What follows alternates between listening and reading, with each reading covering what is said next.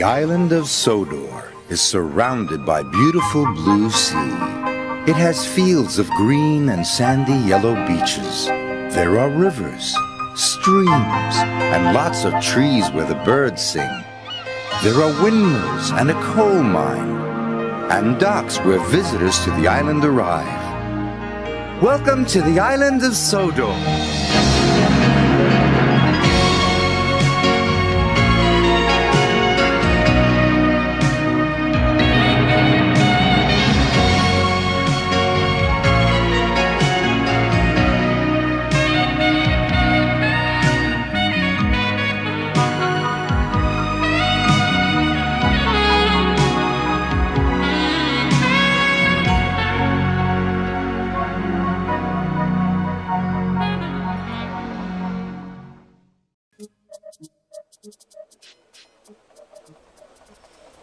Edward needed to go to the works for repairs.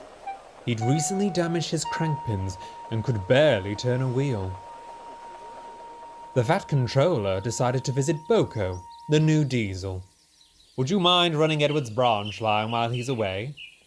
"I'd be delighted, sir," said Boko excitedly. He was soon hard at work and pulled any train he was given. He made good friends with anyone he met.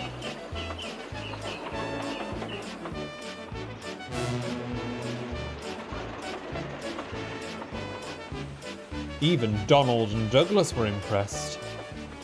"For a diesel, yon Boko is nae such a bad sort of engine." That, from the Scottish twins, is high praise indeed.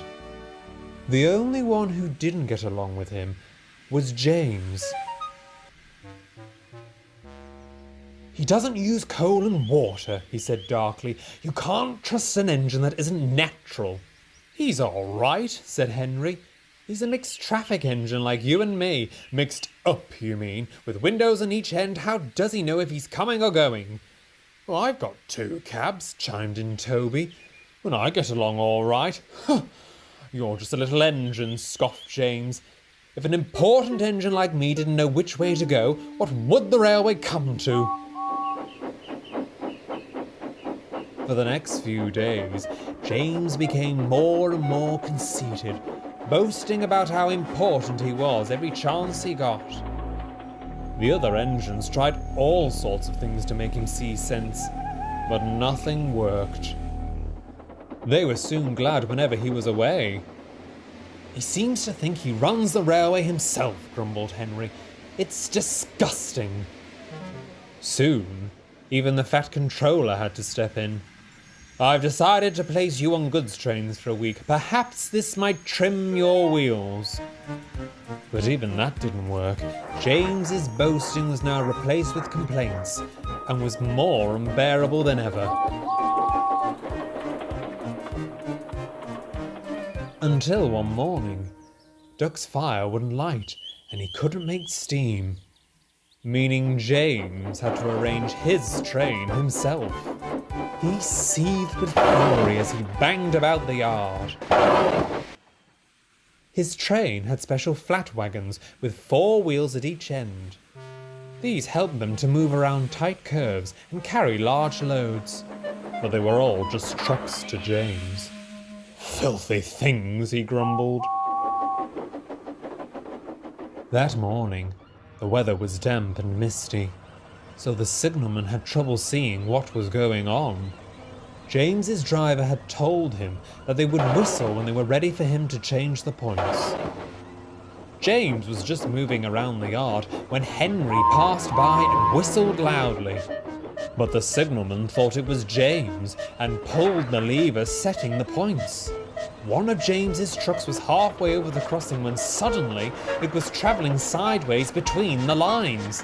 "Stop!" cried James.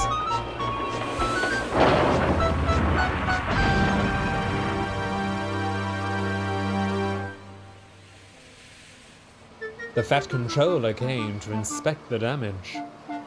He knew it wasn't James's fault, but he was most annoyed at the loss of the signal and spoke severely about it.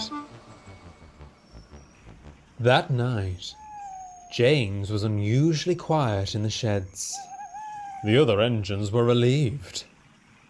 "I suppose," said a voice, "it must be difficult to know where you're going when you've got two cabs. But to go two ways at once, that really is something."